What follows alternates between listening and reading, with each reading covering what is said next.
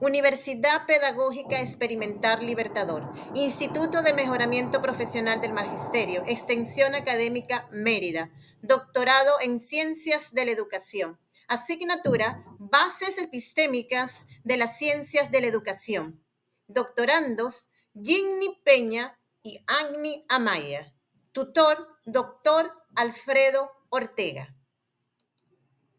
Les damos la bienvenida a todos quienes están conectados en este espacio donde exploraremos las corrientes del pensamiento que han dado forma a la ciencia, la educación y la manera en que comprendemos el mundo. Hoy nos adentraremos en los principios y métodos filosóficos que han marcado la historia del conocimiento: el racionalismo, el empirismo, el realismo, el idealismo y los paradigmas positivista y postpositivista. Muy bien, para dar inicio a la presentación, es necesario saber qué entendemos por principio filosófico en el contexto del conocimiento científico. Un principio filosófico es una base conceptual que orienta la forma en que interpretamos la realidad. En la ciencia, estos principios definen cómo concebimos la verdad, la evidencia y la relación entre sujeto y objeto. Como afirma Ferrater Mora, 2018, los principios filosóficos son los supuestos últimos sobre los cuales se construyen las teorías del saber. También es necesario en este momento definir qué es el conocimiento. Al respecto, Ramírez, 2009, expresa que es el proceso progresivo y gradual desarrollado por el hombre para aprender su mundo y realizarse como individuo y especie. El conocimiento científicamente está estudiado por la epistemología, que es la teoría del conocimiento, y etimológicamente su raíz madre se deriva del griego epistemi, que finalmente es la base de todo conocimiento. Por consiguiente, existe un conocimiento precientífico, que se conoce como vulgar o ingenuo. Esto refiere a los saberes que se desprenden de la interacción directa y superficial de objetos reales. Pueden surgir a partir de la opinión de personas que nos rodean. Al respecto, Arias, en el 2012, refiere que el conocimiento vulgar o común es un tipo de saber cotidiano que surge de la opinión o de la experiencia particular de los individuos. No existe garantía de ser o no ser verdadero. Puede servir para dar soluciones a problemas inmediatos, concretos e individuales. Por otro lado, el conocimiento científico, que es objetivo, verificable, sistemático, universal, crítico, fundamentado, comunicable, que presenta un método científico con hipótesis, observación, comprobación. Aplica procedimientos estructurados, se opone al conocimiento empírico, requiere lenguaje especializado y técnico. Al respecto, Sabino, 2002, establece que el conocimiento científico es un saber provisional objeto de revisión permanente. Es por eso que tenemos el racionalismo. Es una corriente filosófica. Pone énfasis en la razón como fuente principal y fundamental del conocimiento humano. Apareció en los siglos XVII y XVIII en Europa. Entre sus principales características tenemos que la razón prima sobre todas las cosas, la deducción lógica como método, universalidad, rechaza el empirismo radical, importancia de las matemáticas y la geometría. Es por eso que dentro de estos principios, uno de los más influyentes ha sido el racionalismo, que en su esencia sostiene que la razón es la principal fuente del conocimiento. Filósofos como René Descartes y Baruch Spinoza creían que las ideas innatas y la deducción lógica permiten alcanzar verdades universales. Tenemos el racionalismo. Sostiene que la razón es la principal fuente del conocimiento. Grandes filósofos como René Descartes y Baruch Spinoza afirmaron que las ideas innatas y la deducción lógica permiten alcanzar Verdades universales, Descartes, 1997 y Spinoza, 2011. Para Descartes, el conocimiento verdadero se obtiene mediante la duda metódica, es decir, eliminando todo lo que pueda ser falso para llegar a certezas indubitables. Descartes, 1997. En cuanto al empirismo, como corriente filosófica, sostiene que todo conocimiento se adquiere a través de la experiencia, especialmente la percepción sensorial.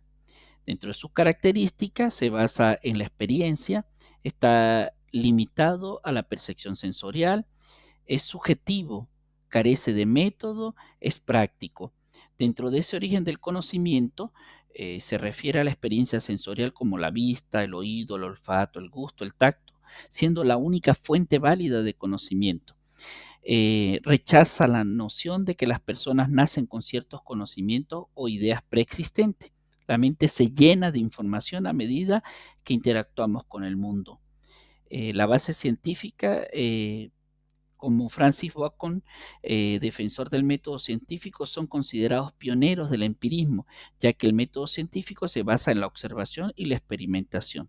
Dentro de esos representantes claves está el mismo Francis Bacon, considerado el padre del empirismo y el precursor del método científico. Está John Locke, sostuvo que la mente es la tabla rasa, la tabla en blanco, y que todo conocimiento se obtiene a través de la experiencia. Y está David Hume, que llevó el empirismo a sus últimas consecuencias, cuestionando la noción de la causalidad y demostrando que nuestras ideas sobre el futuro se basan más en las costumbres que en la certeza lógica. En consecuencia, el conocimiento empírico puede tener algún beneficio, y en este caso sería promover el conocimiento, mejorar las teorías ya existentes. No necesita de ser experto sobre un tema. En cuanto a los elementos, un punto de partida es la formulación de la hipótesis. La fuente del conocimiento es la experiencia directa, la percepción, y el objeto de estudio es la realidad sensible, lo palpable, lo observado, lo vivido, lo cuantificado. ¿Cómo se diferencian el racionalismo y el empirismo? El racionalismo confía en la razón, el empirismo en la experiencia, mientras el racionalismo busca leyes universales mediante la educación. El empirista se apoya en la inducción y la observación. Sin embargo, ambas posturas son complementarias. ¿Qué propone el realismo filosófico? El realismo sostiene que la realidad existe independientemente del sujeto que la percibe. Es la ciencia moderna. Esto se traduce en el realismo científico, que afirma que las teorías describen entidades y procesos que existen realmente, no simples construcciones mentales. Roy Bhaskar, por ejemplo, con su realismo crítico, propone que la realidad es objetiva, pero que nuestro acceso a ella siempre es parcial y mediado por la teoría. Esto quiere decir que el realismo crítico de Bhaskar defiende que existe una realidad independiente de nosotros, pero nuestro conocimiento de ella es limitado a socialmente construido. En estas dos visiones del mundo, realismo e idealismo, veamos qué propone el idealismo filosófico. En primera instancia plantea que la realidad depende de las estructuras del pensamiento. Seguidamente, que no conocemos las cosas tal como son en sí mismas, sino como se presentan ante nuestra mente. Y en tercero, la realidad que conocemos está construida por las categorías de nuestra razón. Al respecto, Kant decía que no conocemos las cosas tal como son en sí mismas, sino como se presentan ante nuestra mente. Es decir, la realidad que conocemos está construida por las categorías de nuestra propia razón. Existe dentro de esta corriente filosófica tipos de idealismo. Uno de ellos es el idealismo objetivo. Las ideas existen independientemente del sujeto que las piensa. Por ejemplo, Platón creía que un mundo de ideas perfectas que existen más allá del mundo físico. El idealismo subjetivo es otro tipo. y refiere que la realidad depende de la percepción del sujeto. Jorge Berkeley sostenía que ser es ser percibido. El idealismo trascendental propuesto por Kant sostiene que no conocemos las cosas en sí mismas, sino como se nos aparecen a través de nuestras estructuras mentales. El idealismo absoluto, Hegel, desarrolló la forma donde todo lo real es racional y que se desarrolla didácticamente en la historia del pensamiento. Entonces existe la primacía de la mente, la crítica al materialismo, el énfasis en lo inmaterial, la influencia en la ética y la política. Y dentro de estos representantes está Platón, Leibniz, Kant, Hegel y Berkeley. ¿Podríamos decir entonces que el racionalismo y el idealismo están relacionados? Totalmente. Ambos comparten la confianza en la razón. El idealismo puede entenderse como una evolución del racionalismo, mientras que el racionalismo busca la verdad por medio de la razón. El idealismo sostiene que la razón es la que da forma a la realidad. Kant sintetiza la idea al afirmar que los pensamientos sin contenido son vacíos y las intuiciones sin conceptos son ciegas. Del mismo modo, el realismo y el idealismo pueden considerarse perspectivas complementarias. El primero aporta la noción de una realidad objetiva, mientras que el segundo recuerda que la comprensión de esa realidad depende de las estructuras cognitivas del sujeto. Vasca, 1975. Disertemos ahora sobre el paradigma positivista.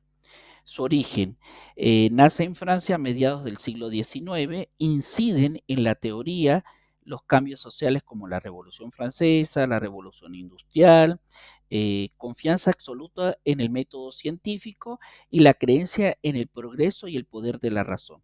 Su máximo representante o principal representante fue Augusto Comte, un filósofo francés que acuñó el término positivismo en el año 1822. Él desarrolló sistemáticamente la filosofía positivista entre los años 1830 y 1840 y realizó publicaciones como los opúsculos de la filosofía social y el curso de la filosofía positiva. Comte desarrolla estados que fueron propuestos dentro de esta teoría y el primero que él concebía era el teológico, que era el deseo de conocer la naturaleza esencial, las entidades sobrenatural, los dioses son responsables, se llega al conocimiento por la imaginación. Esto tiene que ver un poco con lo que es la conciencia mítica, ingenua, luego pasando al proceso metafísico, que sería el segundo estado, y allí él aclara que se indaga la naturaleza de las cosas, no atribuye un poder místico, sino virtudes inherentes. Estado de transición, pero se sigue usando la imaginación. Entra como en un pequeño proceso reflexivo.